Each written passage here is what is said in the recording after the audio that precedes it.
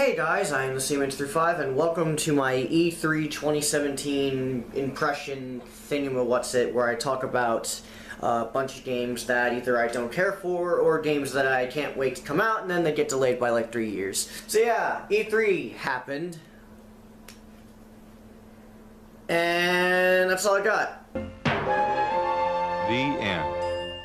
E3 was kind of disappointing this year, I'll be honest. The announcements, admittedly, were really cool. I liked a lot of the announcements that were made. But unfortunately, the presentations themselves, besides the announcements, it felt like they just kind of had, hey, here's all these games, here they all are, innovation, and then they just kind of leave after an hour, and that's pretty much it. They don't really leave a lasting impression. The conferences aren't really that amazing or fun. But, you know, I'm going to do it anyway, because I want to do it every single year. I'm going to make 2 videos. One for EA, Bethesda, and Ubisoft. And then afterwards, I'm going to go to the big 3 sometime later on. So, yeah. Also, this will probably take forever to edit since these videos are going to be long. But this one might be a little short, because a lot of the announcements here are mostly from companies I don't really play around with their games too much. There are 1 or 2 announcements I know a thing or two about, but nothing major. Starting with EA. So I'm not really a fan of EA as a company. I'm not really a big person for, like, you know, Battlefield or Madden or stuff like that. And EA doesn't really have that much to show off. They had Anthem, which was BioWare's new game, which was a thing. Honestly, I didn't really think it looked like much. We had sports. Apparently FIFA 18 is getting a sequel to its story mode. Like, apparently it's continuing the story from the last FIFA game that came out, so that's a thing, I guess. I guess all sports games are having story modes now, because Madden's also getting a story mode. I believe there was an NBA game announced. So yeah, sports. Lots of sports. So if you like sports, you're good. You have A Way Out and Seed, which I really should look up what those were. I forget what those were. Like, okay, excuse my ignorance. It's been, like, a while since I've seen the EA conference as a whole, because, like, when was it? Like, Saturday? Yeah, last Saturday. It's like a week ago. So, yeah, forgive my ignorance, but I don't really quite remember them. That shows you how well they presented their games when I don't actually remember them that much. Battlefield 1 is getting a new update, so if you like Battlefield 1, that's a thing. And then there's Need for Speed Payback, which had some YouTuber, they had a YouTuber helping with the announcement of that game, and Need for Speed Payback. They had a YouTuber who was helping with the announcement of the game, and he looked really uncomfortable. Yeah, they actually, EA tried to really go for that YouTube. They seem to be really trying to hit that celebrity and YouTube crowd. Like last year they had Zac Efron and someone else, you know, sort of helping out with the announcement of, I think it was Battlefield. I think it was Battlefield 1, actually, fun fact. And now they're doing it with Need for Speed Payback. They're trying to focus more on, you know, YouTubers and Let's Players, and I admire the fact that you want to support Let's Plays more, because that means that Let's Plays are becoming more mainstream now, at least for, you know, it's also a form of free advertisement. I appreciate you embracing that, EA, but here's the thing. Just because Let's Players may be big on YouTube, you also need to make sure they're good they're a good spokesperson for this sort of thing, considering what E3 is. It's a big event. Don't bring YouTubers if they don't know how to present themselves on stage. Yeah, Need for Speed Payback, it looks like a thing. I mean, I have played the Need for Speed franchise a little bit. I've dabbled into it because my friend I had who moved to another state, actually, he was a big fan of Need for Speed, and I played the games there, and they were fun, but I never really experimented anywhere past that, honestly. Like, it was with the PS2 games, and that was really the full extent. I mean, they were fun for what they were, but nothing, you know, I didn't really get that much out of them since I never actually owned one. But hey, you know, I know there are people who like Need for Speed, so hey, they're getting a PS4 game, that's great. And the last one that's really worth talking about is Star Wars Battlefront 2. Yes, I got that name from Ryan from Brain Scratch Comms. It's fitting. But Star Wars Battlefront 2, I'm honestly, like, First off, EA, why'd you have to call it Battlefront 2? Like, you do realize we already have a Battlefront 2, right? You couldn't have given it at least a subtitle, Battlefront 2, like, Fight for the Empire or something like that. I don't know, something. In spite of the stupid name, Battlefront 2, I honestly don't care. Honestly, like, they screwed up so badly with the first Star Wars Battlefront that I just don't give a shit about anything they're doing with the Star Wars Battlefront name. Maybe it'll be good. I heard what they showed was pretty good, and yeah, they said that, you know, they talked about the controversy a little bit. They addressed it, and they said they were going to fix issues with it. But here's the thing. They say this. I'm not going to believe them until I see it. So, we'll see. Maybe it'll turn out good. Maybe it won't. We had Bethesda after that, which... Oh boy. Okay. Look, I know that I'm not a big fan of Bethesda, mostly not because I hate their company or I hate their games. No, I'm sure their games are fine, mostly, but, you know, I just haven't dabbled into many of Bethesda's games. Like, I never got to play Doom, I never played Skyrim. I've seen Skyrim in action plenty of times. I mean, who hasn't? But, you know, I've never actually played Fallout or Skyrim or Doom or anything like that, so the most knowledgeable on Bethesda.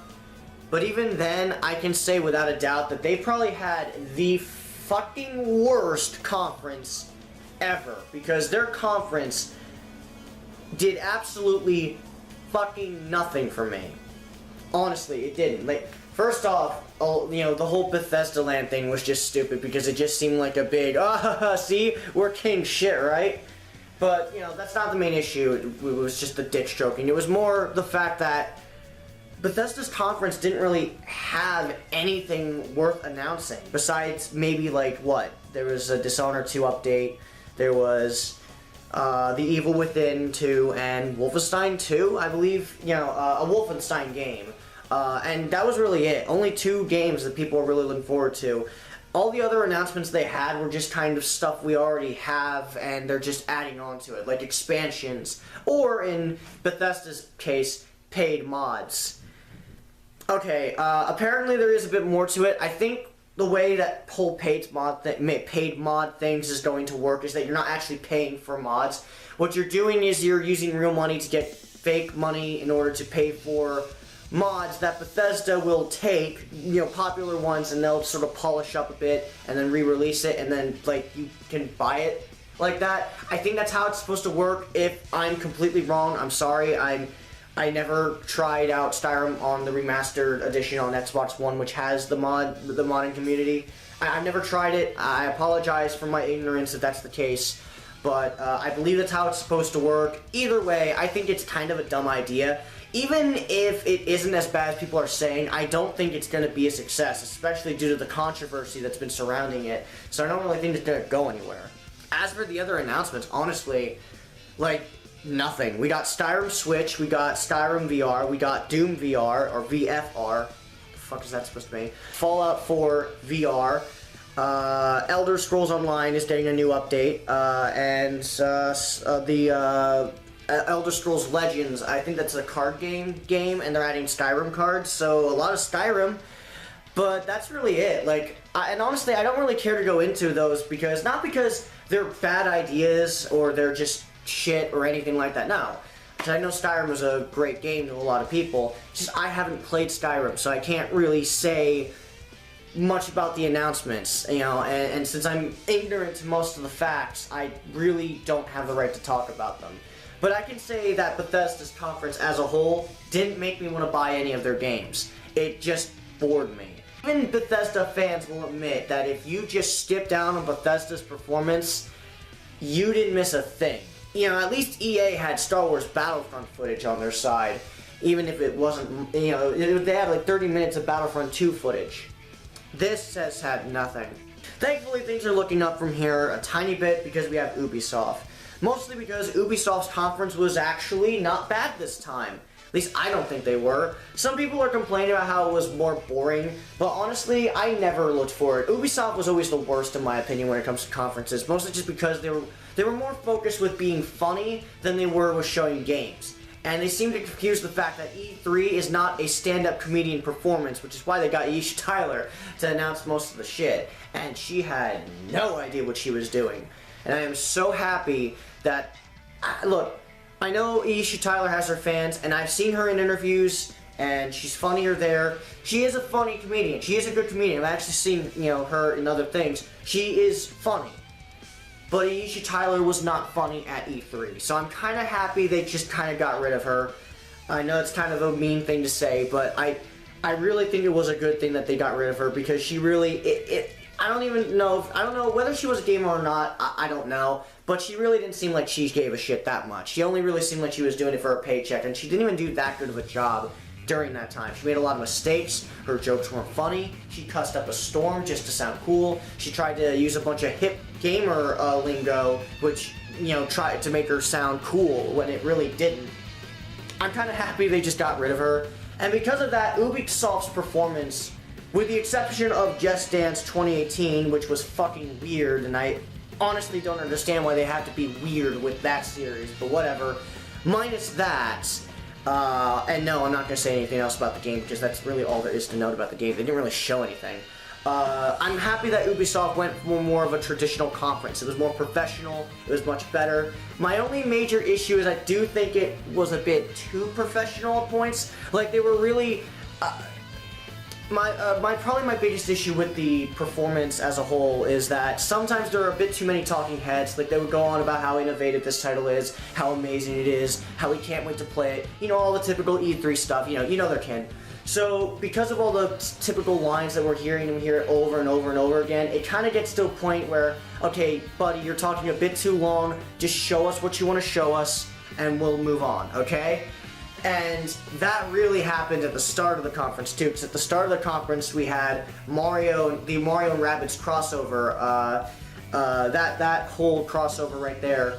The game itself actually does look pretty decent. Like, I'm not gonna lie, it does look pretty fun. It's not something that I'm gonna pick up most likely, but it does look like it is gonna be kinda neat.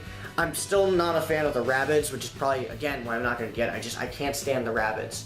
That first 10 minutes, or at least it felt like 10 minutes, it felt like 20 minutes, honestly. They focused on like the first 15 to 20 minutes on their conference, at least it felt like it, and because of that, it got boring really old. It got boring really old. It got really boring and really old really fast. Miyamoto came on stage with weapons because he's a psychopath, and he used to ask to bring weapons to E3. It wouldn't be the first time. Twilight Princess, everyone remembers that. But, they also brought in Bill, who was acting as his translator, and Bill and Miyamoto came up, and they started having a conversation, how they were excited to work together, and how we're happy to work together, and I was just like, okay, look, Miyamoto, I understand you can't speak English, that's fine, but at the same time, it really made the conference drag, because every time Miyamoto said something to him, Bill had to repeat it in English, and then he spoke. Then Miyamoto spoke again, and he tended to speak for a long while, and then Bill would do the same thing again, and it dragged, and I get it. I understand that I understand that Miyamoto can't speak English, and I get that, but at the same time, when it makes your conference drag on, and you're just like, look, I want to see Mario and Rabbids, okay? I can't believe I'm saying this, but I kind of want to see the game so we can move on. But we kept going back to, it dragged after a while. It took a really long time because Bill had to translate everything that Miyamoto was saying. He had a lot to say, and a lot of it was very nice, very touching. Some of it was even funny, but it got a little slow. And Ubisoft, over the course of time, it kind of dragged. The conference itself kind of dragged because, one, I think it was actually one of the longer conferences, and two, people were kind of talking a lot, and it got old after a while. So after the Mario and Rabbids game, which does look decent, all things considered, I'm genuinely surprised. I also like the Rabbids' interactions with Peach. That was actually one of the few times the Rabbids were funny. Afterwards we got Assassin's Creed Origins, which is set in Egypt. Yeah, I mean, it looked interesting. It's cool that they're taking it in a new direction that isn't Assassin's Creed in space, since I thought that was the next one they were going to do. Though personally I'd still like to see that. Regardless, I mean, I guess some people, people are excited about it. If you love Assassin's Creed, you're gonna love it. I don't know. I haven't played Assassin's Creed. I can't really say anything else other than it looks fine. Afterwards, we have The Crew 2, which, I'm gonna be honest, I forgot about it. Clearly, they did a really good job selling this because I forgot about it. Afterwards, one I do remember, because I actually do remember this one because it's a pirate game. There are two pirate games at E3 actually this time. One more realistic and one more cartoony, made by Rare, of course. But this was Skull and Bones. It's a pirate game. I think it's actually competing with Microsoft's game. It might be anyway. It's more realistic. It has more of a realistic feel to it. The ship combat seems to be what they're focusing on the most as well as invading your vessel. It looks pretty interesting, actually. I'm going to be honest. That's probably why I remember it as well, because it looked interesting. They showed a lot of gameplay of it, too. That's another thing that kind of bothers me about this E3, is that there was a bit too much CGI sometimes, but this was almost like all gameplay. There was, I think, a bit of CG early on, but it switched to gameplay very quickly, and it was actually pretty impressive, all things considered. It looked fun, it looked interesting. I don't know if it'll be something I'll pick up, but it gauged my interest, so good job, Ubisoft. Also, no stupid Aisha Tyler jokes to interrupt that, so.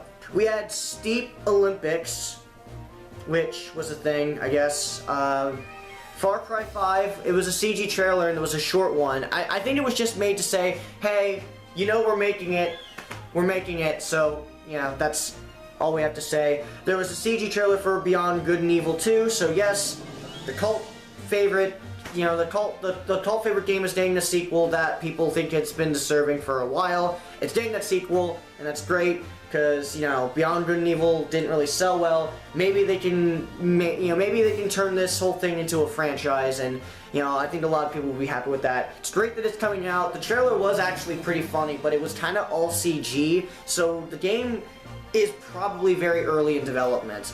Considering we haven't heard anything about it. Like, we heard an announcement for it a while ago, and I think I heard something that it's going to be a Switch exclusive. They didn't really clarify on that. I think they would have said that if it was, so I don't know if it's a Switch exclusive or not. Would be neat, but I don't know. I already talked about Just Dance, and the last thing that I really have on here is South Park, which, I mean, it's South Park. I mean, if you like South Park, there you go. Just going through my opinions on all the conferences, Bethesda was definitely the worst of E3. I think a lot of people will agree with me on that one. Even Bethesda fans didn't like that performance, which I can't blame them. It was pretty much a Nintendo Direct. I mean, there was a guy who stepped out and talked once, but it was only that once to introduce the Direct, and that was pretty much it. Why'd you even bother? Why not just do like a live stream like what Nintendo did? So that was odd. Ubisoft, I thought they actually did pretty well, all things considered. I think there were a few too many talking heads, but other than that, I think they did a decent job. There was a bit too much CG. It wasn't like an A+ performance. Like, I probably put it where Pro Jared would put Ubisoft's performance, a B-. So, yeah, I'd say Ubisoft probably had the second best conference, along with Microsoft.